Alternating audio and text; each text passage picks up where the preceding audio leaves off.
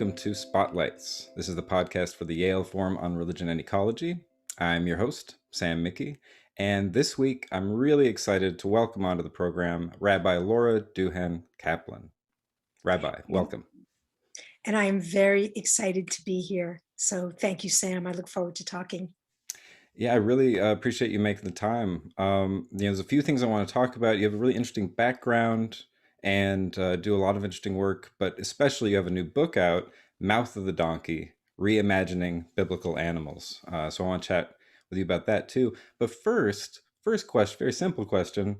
Rabbi and doctor, do you prefer to be called Rabbi Doctor, Doctor Rabbi? How do you negotiate all these titles? I prefer to be called Rabbi Laura for two reasons. One, I work in a Christian seminary, and that way people immediately know that I am Jewish. And number two, there's already a celebrity named Dr. Laura, and I just want to be clear that I'm not her. That's good. Those are very good reasons.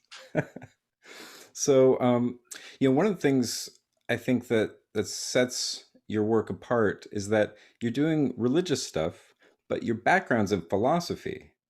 And that's the same case with me. I work a lot with religious studies, but my PhD and a lot of my undergrad work, it's all philosophy. And so I wonder if you could just say a little bit about your trajectory into this kind of work, right? From, you're director of interreligious studies and professor of Jewish studies at Vancouver School of Theology. So Judaism, interreligious work, philosophy, and then also animals, the environment. How did you find your way into a situation where all these things started to cohere?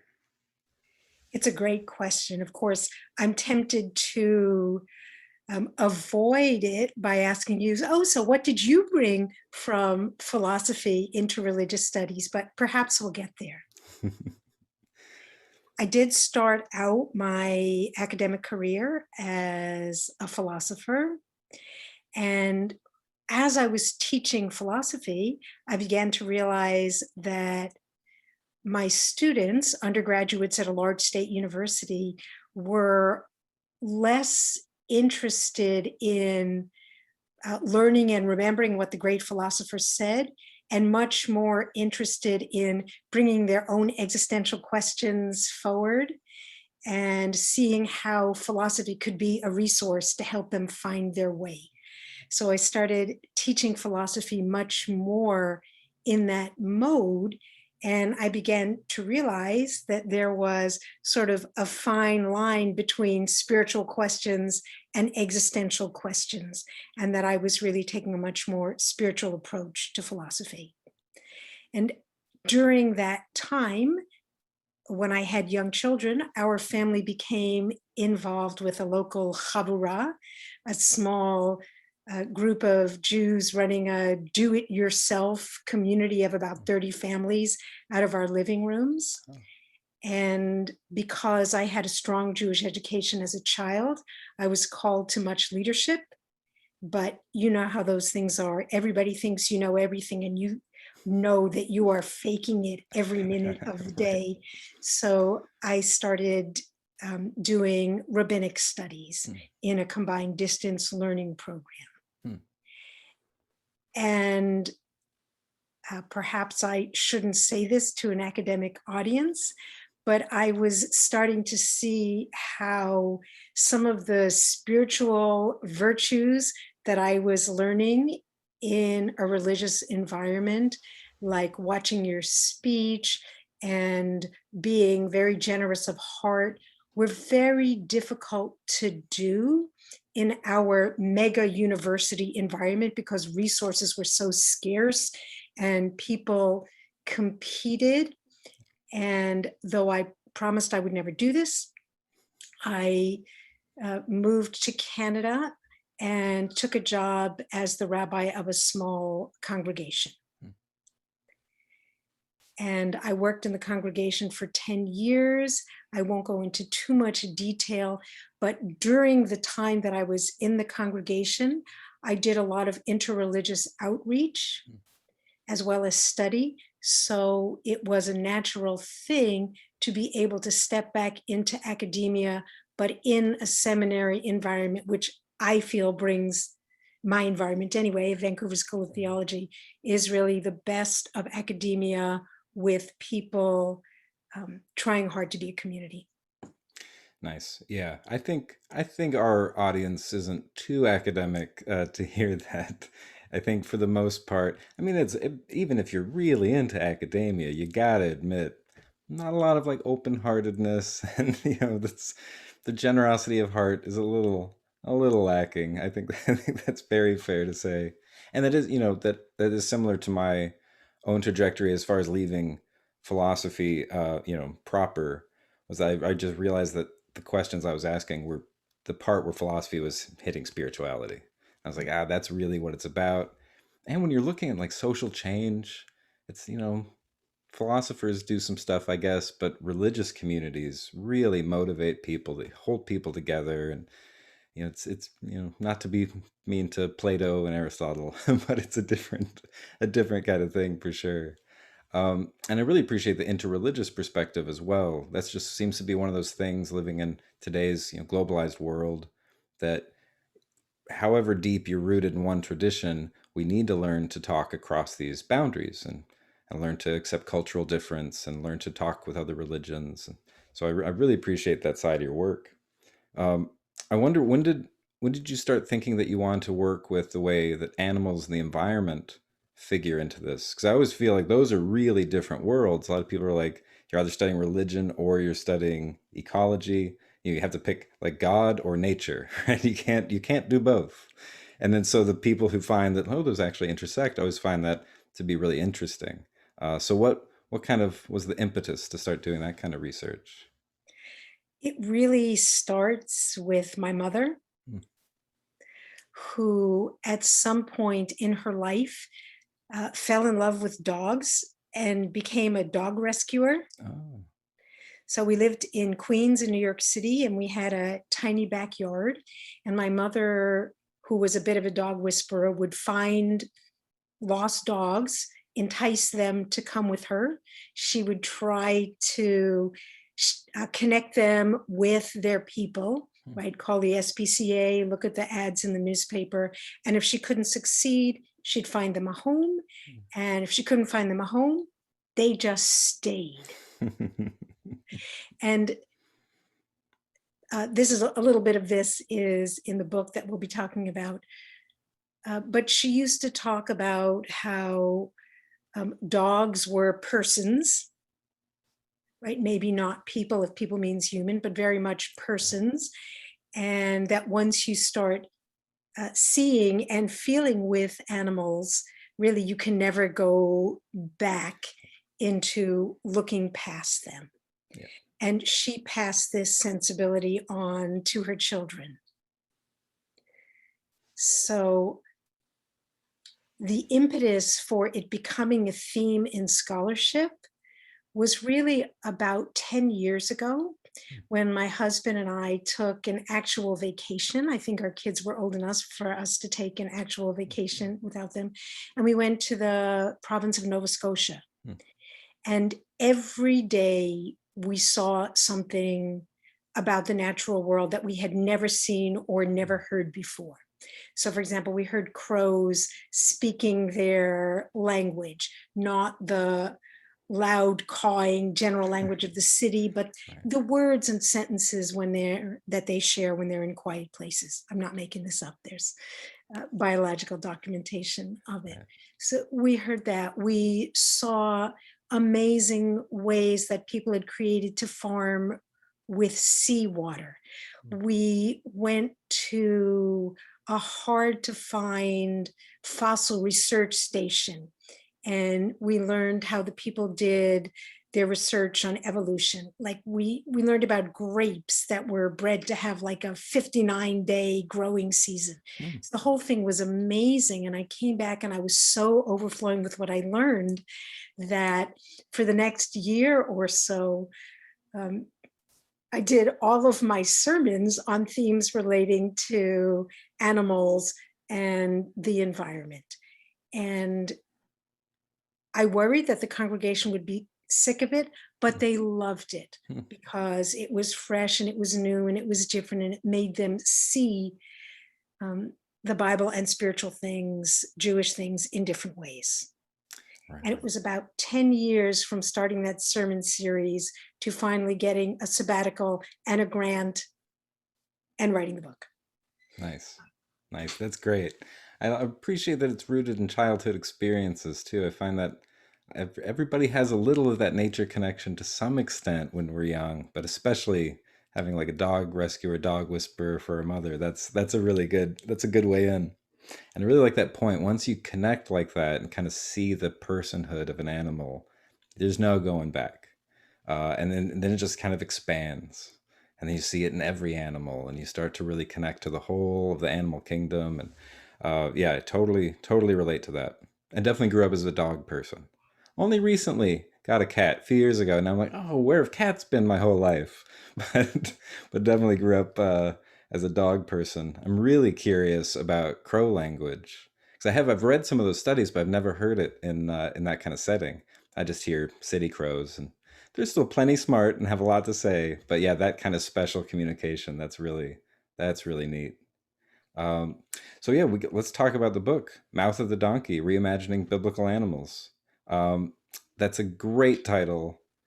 And it doesn't matter what the book's about. That's a fantastic title. I really like it. But I just read a little bit of the book, and then it became obvious that, oh, this is fantastic and eminently teachable. So I'm excited. I'll be teaching it in my class this coming semester. So tell us a little bit about what's in there, because even the chapter divisions are really great. You're talking about different animals along the way. So how did you approach this?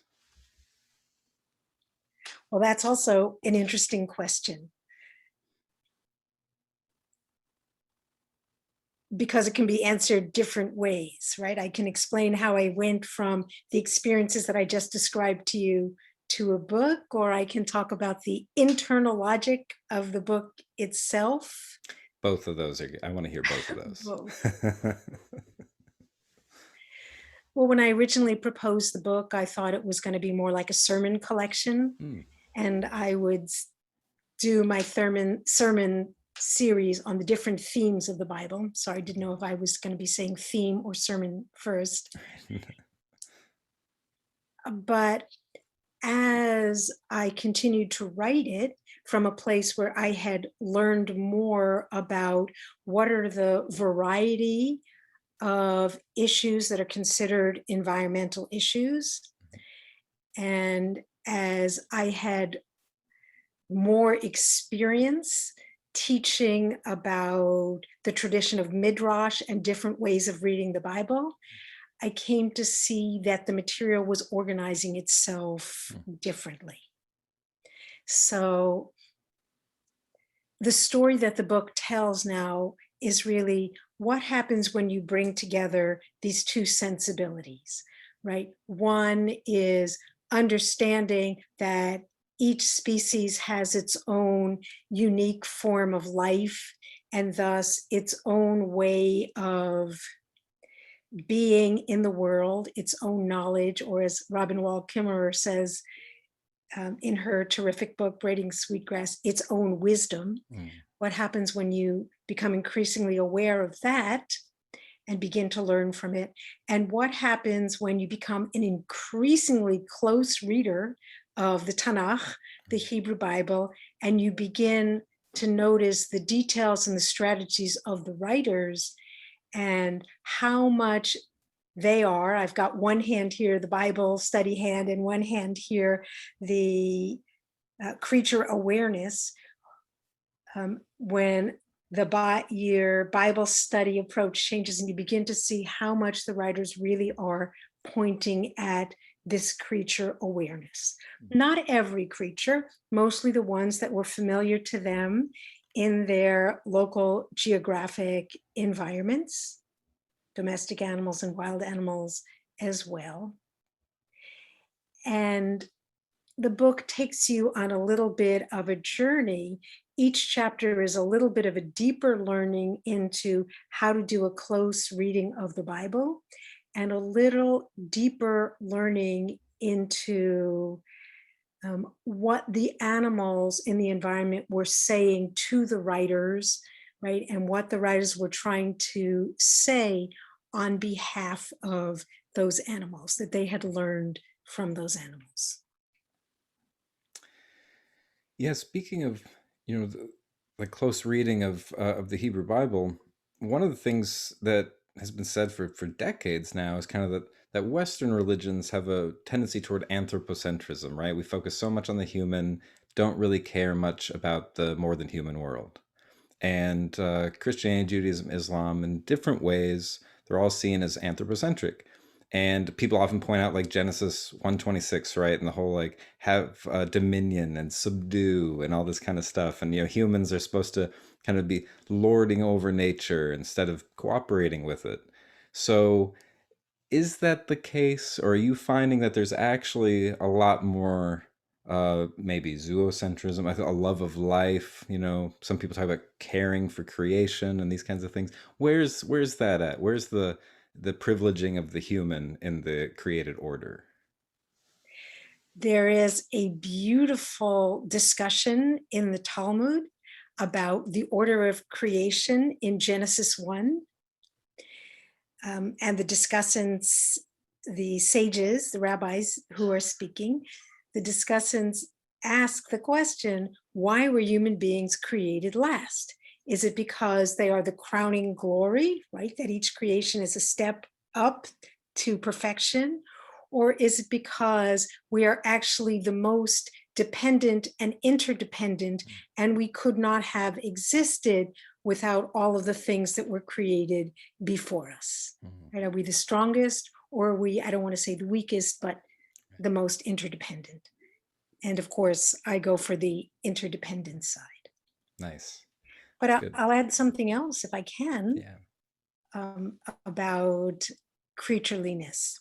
So the Hebrew in, forgive me if I don't have the exact verse, somewhere in Genesis chapter 1, verses 1-5, God creates light. And then the Hebrew says, Vayikra laor yom, right? God, or he, called, now depends how you translate it. Usually it's translated, God called the light day. But the Hebrew is equally literally translated as God called to the light day. And once you see that that is there, it's a small step to understand that the first creature was light. It doesn't look like a physical object or body like we're used to seeing a creature, but it's a creature, and God speaks to it in a way that perhaps we don't understand, but the Bible is very clear that that's what's going on. Nice. That's great. That's a great example of kind of close reading, right? Getting into the Hebrew. Another kind of thing that I wonder about, like you brought up Robin Wall Kimmerer's work, Braiding Sweetgrass, and, an indigenous woman, Potawatomi. And there's something that when people think of animal studies and animal ethics, they often think, oh, so vegetarianism. And then somebody like Kimmerer and, her tradition, they're like, no, we eat some animals. And of course, in Judaism, very complex dietary rules and debates about them. But, people are eating animals. And so I'm always curious about that, because it seems like there might be an ethical, moral, something sanctioned by the divine way of eating animals. That killing isn't always bad, that there's good ways to kill, I guess, or to sacrifice. And so where is that at in the discussion of animals? This kind of question of, can we eat them, right? If we're supposed to care for them, if they have something like personhood or soul, maybe, can we eat them? Well, I will point out that I do have a chapter in the book that looks at the role of domestic animals in a small local economy, that, or even a small farming these days, that in a way they're part of the family and the circle of care, until the point where you need to eat them. So it's not an all or nothing world with factory farms and veganism as the only options. And I also, of course, talk about the extravagance of the sacrifices as they're depicted in the Bible and some of the counter traditions in the Bible, including prophetic voices that say this is a bad system because it encourages um, something like factory farms and concentrations of wealth. So those ethical issues are definitely a theme in the book. But generally speaking, I would think that what the Bible, or what, forget the Bible, don't forget the Bible, set aside the Bible as the main point. Sorry about that. But focus a little bit on Jewish ethics. So, one of the most important themes is to avoid extreme wealth inequality. Another important theme is to not be wasteful. And in our global food system, right, food and food animals are hoarded as property in ways that cause them um, incredible suffering and ends up leaving a huge amount of waste. And there's just no way that could be considered ethical, right, in Jewish traditional standards. And, you know, just to honor the critics who will say, well, then how come so many kosher slaughterhouses, right, are associated with a factory farm model? I want to point out that there are many Jewish organizations that are lobbying powerfully against that. And also that many Jews are coming to the conclusion that in our food system, vegetarianism or even veganism is the most ethical way to go. Interesting. Yeah, I've heard some talk of a kind of eco-kosher, eco-kashrut kind of perspective. So are you hearing more of that in the communities these days? I am definitely hearing more of that in Jewish communities these days. And the reach of the small but mighty environmental organizations is growing. So these are good things. And of course, the issues in the COVID economy and with other factors, the issues are, of course, completely intertwined with questions of food security, right? And how best to feed people affordably and locally. So those are some of the issues that we're dealing with. Right. Yeah. No small issues, that's for sure. Yeah. Only becoming more urgent all the time. That's partly why I think it's so important to have religious perspectives on these, because if it's just the ethicists and policymakers and activists, we lose some of the deep moral guidance that we have from our faith traditions. One of the chapters.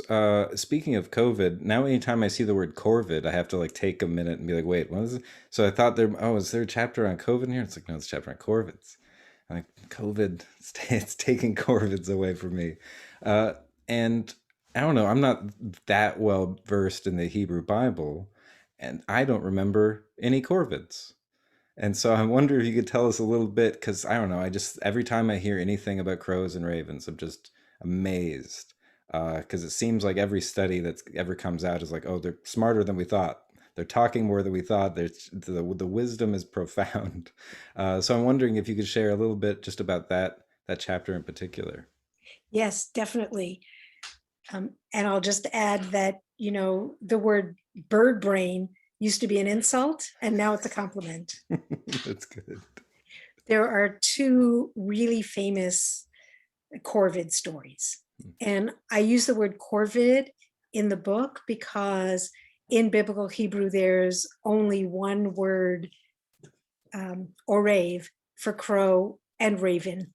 So it's easier to translate it as corvid, even though corvid's a big category. So the two really famous stories are, of course, the one aboard Noah's Ark, when, right, Noah wants to find out if the land is dry, and he sends a crow or raven on a mission, and the crow flies, the corvid flies to and fro, back and forth.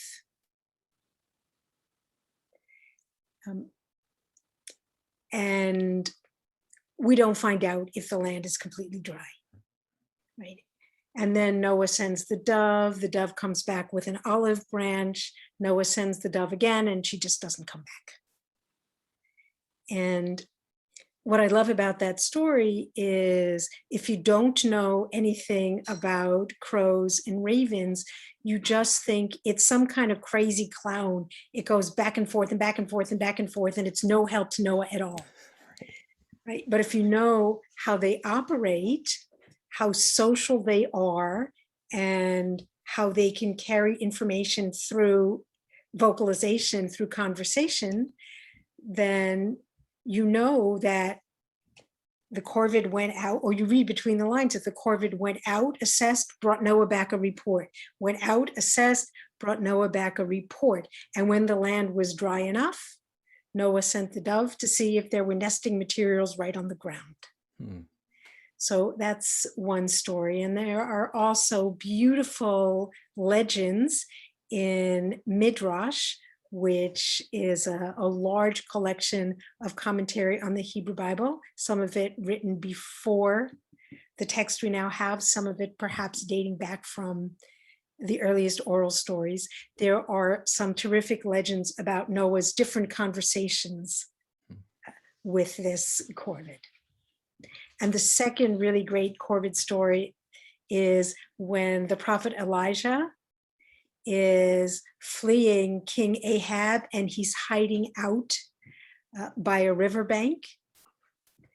And reading between the lines, there aren't a lot of people that he trusts, and there aren't a lot of people willing to take him in because he's a controversial fugitive. So the ravens, or the crows, come and bring him food every day, which, if you live in a city colonized by crows, you will know that if you get very close with a crow, right, you can share food with them, and vice versa. That's great. Yeah, those are both really good stories.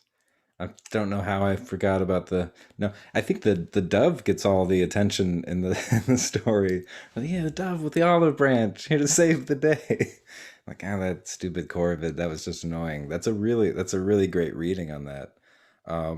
That's one of the interesting things about this kind of perspective is all of a sudden the whole Bible takes on a slightly different hue to it. You see, it's just teeming with animals.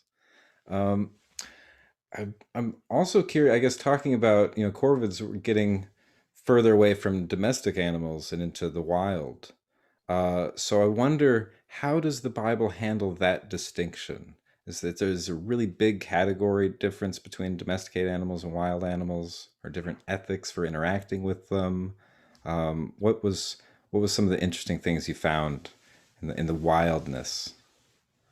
Well, in the Torah, there's like really obvious distinction between domesticated animals and wild animals, right? They're the domesticated animals, which can be your food sources, and there are the wild animals which cannot. That's oversimplifying the kosher rules, but it's a helpful oversimplification. The wildness of animals, quite interesting to answer again by drawing on something from the book. I look in the end at the oracle of the lion and the lamb, or rather the wolf and the kid, the wolf and the baby goat. And most of the animals in that oracle are wild animals. And so they appear in prophetic oracles as symbols of things that are scary and alien and can't be tamed, a threat to you and your domestic animals. And in Isaiah's oracle, it's not that they're tamed, but they're brought into, sorry about the background noise, they're brought into relationship with the domestic animals, right? So that the conditions of peace will include us bringing the wild and domestic parts of ourselves together, communities, right? Finding ways to coexist when they're made up of familiar people and newcomers, and other related themes. Right, right. That's really a beautiful sentiment. I know these days I hear more and more about people talking about rewilding, and that, both means that we need to take some of our very, developed habitats and kind of give them maybe back to wildlife, but also tapping into kind of wildness in ourselves. And so that kind of bringing together of the wild and the domestic, it's a very, very integrative vision, I think. Um, so was it a wolf and a kid before it was a lion and a lamb? Where's the lion lamb thing come from? Whoops. I I have to say the Hebrew to myself to get the English right. V'gar ze'ev im keves. A wolf will literally visit with a lamb. And the lion and the kid will graze together. It's nice to have the Hebrew, and you're like, hold on, I have to go back to the Hebrew. That's really that's pretty amazing. I really appreciate that kind of linguistic feat. Okay, so Because it's kind of like sometimes to remember information, you have to go back to a jingle you memorized when you were a kid. Like that. Nice, that's good. And especially, I don't know, I've only, dipped into little bits of Hebrew here and there in different studies. Anytime somebody explains something, I'm like, oh, it seems like such a rich language and so full of, I mean, even the ambiguity of corvid and things like that, or the, God called the light day, these little things, and it just opens up so much interpretive possibility, which is just fun for me intellectually, but also it shows how much, I don't know, how adaptable the tradition is, because you can always dip back in, rethink it in light of contemporary circumstances. Um, so I wonder, one of the things that wasn't happening when the Bible was composed was current problems like global climate change, right?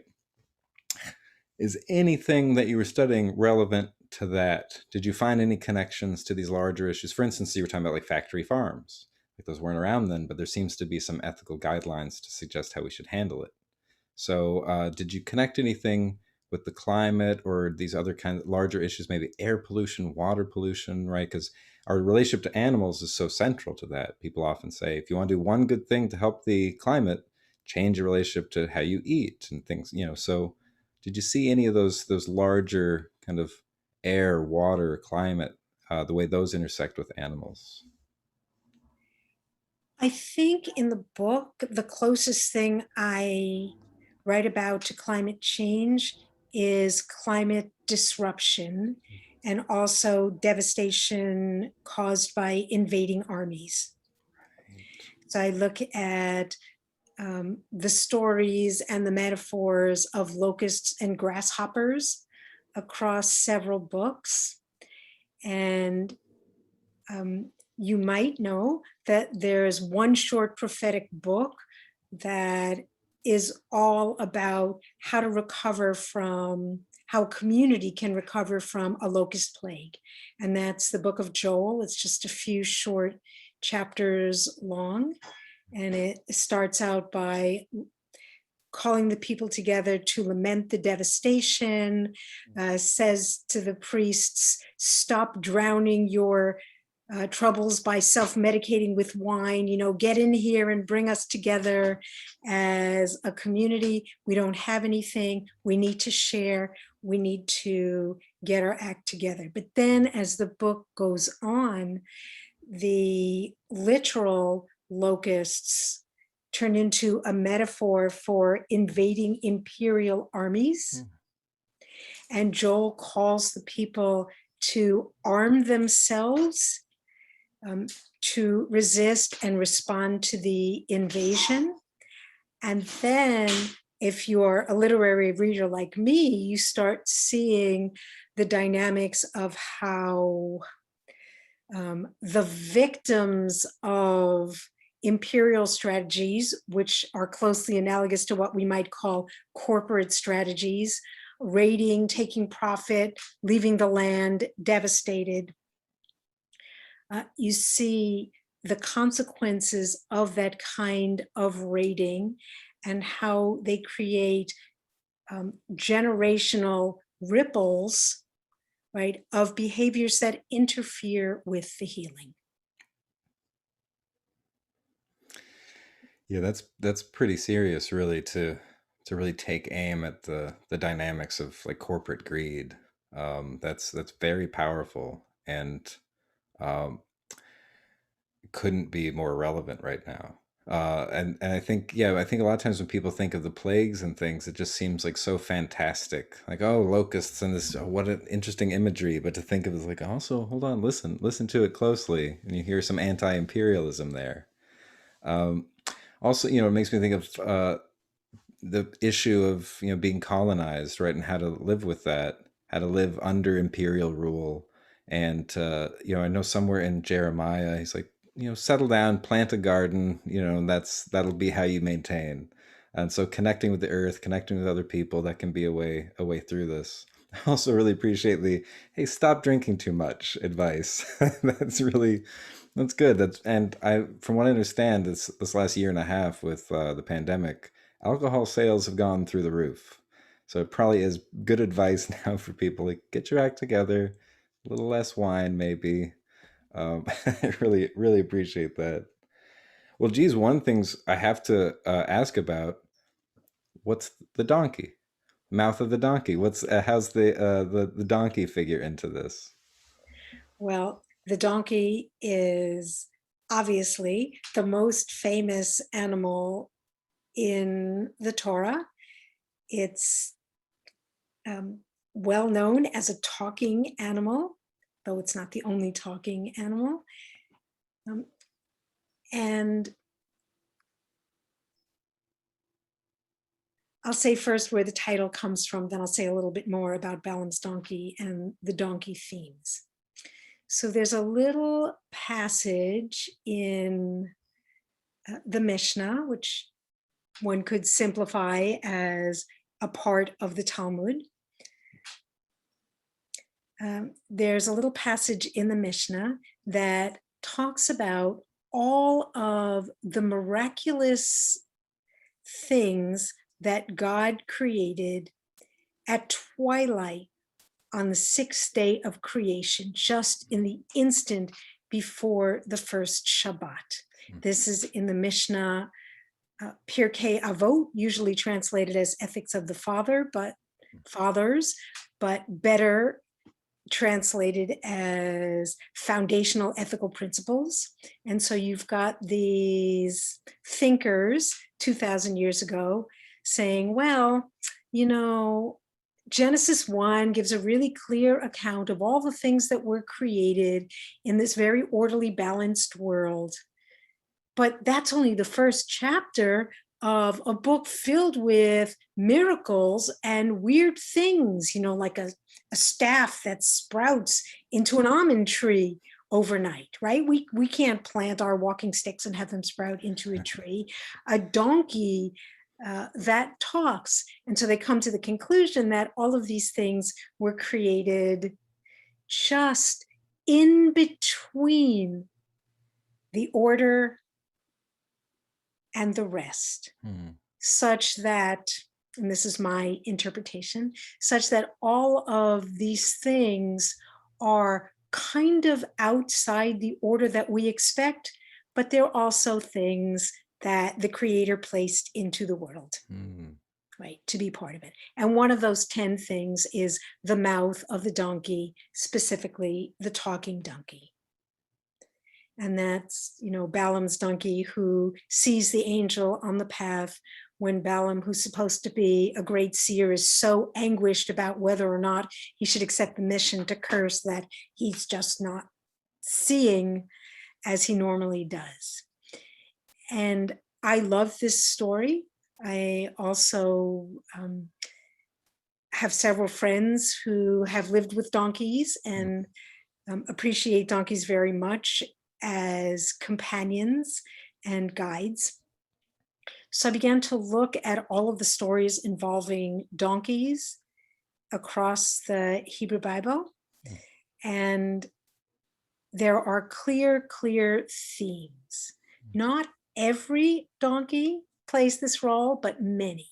When you have a character who doesn't really know where they're going and they aren't sure what they're going to do when they get there, they saddle up their donkey and they ride and they arrive and they figure out how to solve the problem.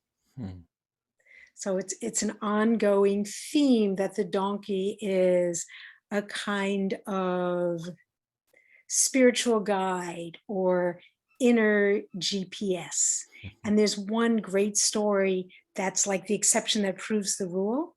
And this is the story of King Saul, who is, of course, a failed king because he's not ruthless enough, basically. And when the prophet Samuel is first looking for him, he meets Saul, and Saul says, "Oh, yeah, I'm on an errand to find my father's donkeys." Well, Saul never finds the donkeys. They do come back to his father, but it's as if, using this motif, the storyteller says Saul just never found his inner guide and could not do the work he was called to do. Right. Not that anybody wants to be called to be ruthless, but I mean, some do, but not him. Right. Right. He never found his inner GPS. How interesting. Donkey as guide. That's really great. Yeah, I don't get to hang out with donkeys much, but when I do, it's a great time. Just something about those big old heads, and I don't know, they're very, very lovable. That's interesting. They take us to where we need to go, and you find out your purpose when you get there, and that's the donkey. Well, so then it seems like something's, one of the overall themes with animals is that they're not really separate from humans, but in a way they're part of us. Like they're our guides, they talk to us, and so it's kind of a sense of that the human is a multi-species event, right? That we have all these dependencies on other species, and like we wouldn't be us without them. Um, do you think, you mentioned like person earlier, like talking about dogs as persons. Would the Bible support that kind of language? Like, could we say that animals have souls, or where's the soul talk or personhood? It seems like a lot of agency is given to animals for sure. Can we say animals have souls? Like, do animals go to heaven, kind of thing, or all dogs go to heaven? So I wonder about soul talk. I wonder personhood. I think in Jewish tradition, our religious language doesn't lend itself well to this line of questioning. Right? We've got lots of different words for soul. One of them is neshama, or in colloquial Yinglish, half Yiddish, half English, neshama, and that is the word for breath, right? And refers in the Torah to God blowing breath into the clay and it becomes a living being. Right. And that's specifically described as Adam. But it's implied that God also does that for other animals because the other animals are also made of animated earth in Genesis 2. So in that sense, we are all living beings in the same way. And except for Elijah, there is no particular take on souls living on after death. I mean, there's a sense of a realm of ancestors, right? When people are very elderly, they are gathered to their ancestors. but it's not in the language of soul. And as our tradition has developed, we do have concepts that are analogous to a Christian concept of heaven. We talk, for example, about Gan Eden, the Garden of Eden, which is this mythical place where, right, depending on who you ask, your soul merges with the world soul, or you're constantly being fed food by other generous people, or for the intellectuals among us, you're just studying Torah all day long. And I think animals would certainly be merging into the world soul, but they probably would not be at the table doing the eternal Bible study. Right, that's good. Although that's an adorable image to think of them at the table studying the Bible. I wouldn't mind seeing some artistic renderings of that. Um, I mean, I'm happy to give my personal opinion on the answer. That was sort of more of a there's tradition answer. yeah, I want to hear your opinion as well, for sure. Well, if soul refers to a spark of divinity, um, a reflection of the divine image, then absolutely all creatures have a soul. If a soul refers to a kind of self-awareness that will vary species by species depending on what our physicality is and our modes of taking in information are, then absolutely every creature has that. Some have it in ways that are very alien to us, ways that we can't measure or see, but how would they, this is my perspective, how would they even live their life cycle if they weren't sentient enough to find what they need? Yeah, that's great. That's a great way of putting it.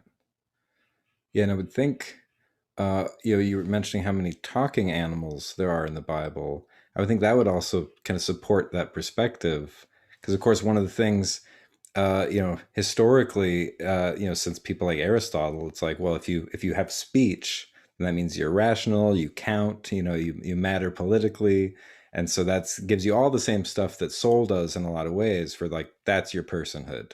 If you can talk, then that means you're fully here. So I wonder if you can share with us some more stories of talking animals, because it's just that's one of the, aside from the talking donkey, like I don't think of a lot of talking animals in the Bible. That's not the first thing people think of. You think, hey, have you ever read much of the Hebrew Bible? Like, oh yeah, the thing with all the talking animals. Like that's not the that's not the go-to, but definitely in there. So I'm wondering if you could share a little bit of that. Well, there is the snake in the Garden of Eden. It's true, right? Yeah, that's yeah. Even then, I don't know if people think of the snake talking. I mean, mostly it's like, oh yeah, that's the thing with like Eve messed up. Let's blame the woman and that kind. There's all that in there as well. So yeah, snake. We got a donkey. Who else? Who else is talking? I think those are the key animals that are scripted as talking animals. You've got a lot of other subtle allusions to animals. I mean, I don't want to tell the whole book in this one conversation, but if you look at some of, hang on, this bookcase is really fancy, but it's just a half wall and the kitchen is right next to it. So you hear Right. everything. Give me 1 second. Great. If you look at some of the details, for example, in the story of Jacob and Esau, you will see that their names, also the names of Jacob's wives and father-in-law, and some of the ways that they are described and some of the things that happen in their story also tell the story of a group of sheep. Hmm. This is one of the funniest things that I found in researching the book. Hmm.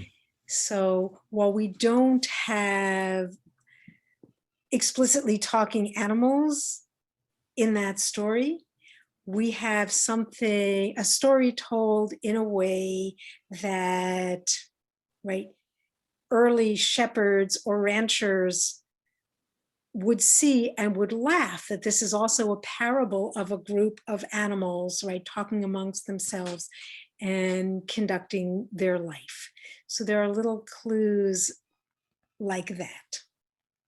That's good. It's just one of those things. I really feel like I need to go learn Hebrew to really appreciate what's going on in this in the Bible. It's just those kind of puns and things completely lost if you're just reading an English translation or something. Um, so yeah, I appreciate it, and really, I guess you did the work so that I don't have to go learn Hebrew and just buy the book and get the stories that way. So yeah, I really appreciate that. That's such an interesting way to think about it. I like all these readings. Oh, I just never saw it that way. Didn't see how important the animals really were and how central they were to understanding your place in the world, right? Um, But one of the cool things about starting to see that in the biblical text, and that is, and maybe this is a good way to circle back to your beginning.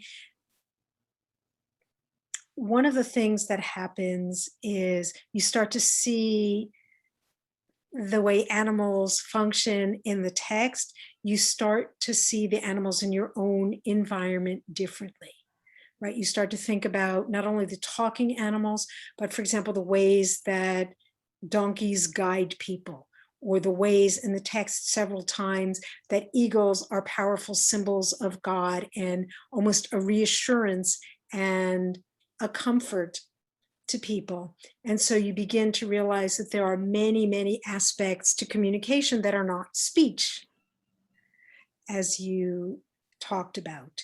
I mean, even if you have pets, you can see this, right? My cats, may they rest in peace, used to have entire conversations just by looking at things and looking at each other, or exchanging the scents that were laid down, scents, right. SCENTS, that were laid down on their bodies. And that is a deep kind of communication. And by observing them, I learned to communicate with them. And of course, there's much more stuff now on how social insects communicate with each other that is easy to find and easy to read about. So communication is broader. And, one might ask, why would a book about animals in the Bible be part of an ecological movement? Why would it make an ecological statement, aside from the fact that I do bring in different aspects of ecological issues in the book? But I think it's because if you really want to have social change, you need to engage many, many levels of society in it. You need to engage many, many levels of our life and the way we live. And we have great writers like Naomi Klein, Seth Klein, Tad DeLay, Naomi Oreskes, really great writers looking at policy and economics and what needs to change. And we also have writers, more religious writers and more spiritual writers, who are saying, what about these traditions that actually make up the building blocks of our thought? How can we shift those so that it becomes more natural to us, right, to buy into these different ways of living? And so, being a very psychological and spiritual kind of person, I like to hope that I can make a contribution there. Really beautifully said. That's such a great way to put the importance of rethinking, reconstructing our religious worldviews as a response to the ecological crisis. Couldn't possibly say that better. We'll have to end there. That was too good of a note. Have to end on a really high note, and that just says it so clearly that these other things, policy, economics, all these things are important and necessary, but the building blocks, we have to go back to those as well. And like, what are our traditions saying? How can we retrieve those, reevaluate them, reconstruct them, reinterpret them, to make them relevant so that we can all together kind of make this movement work? So yeah, really, really beautifully said. I, I now I'm speechless.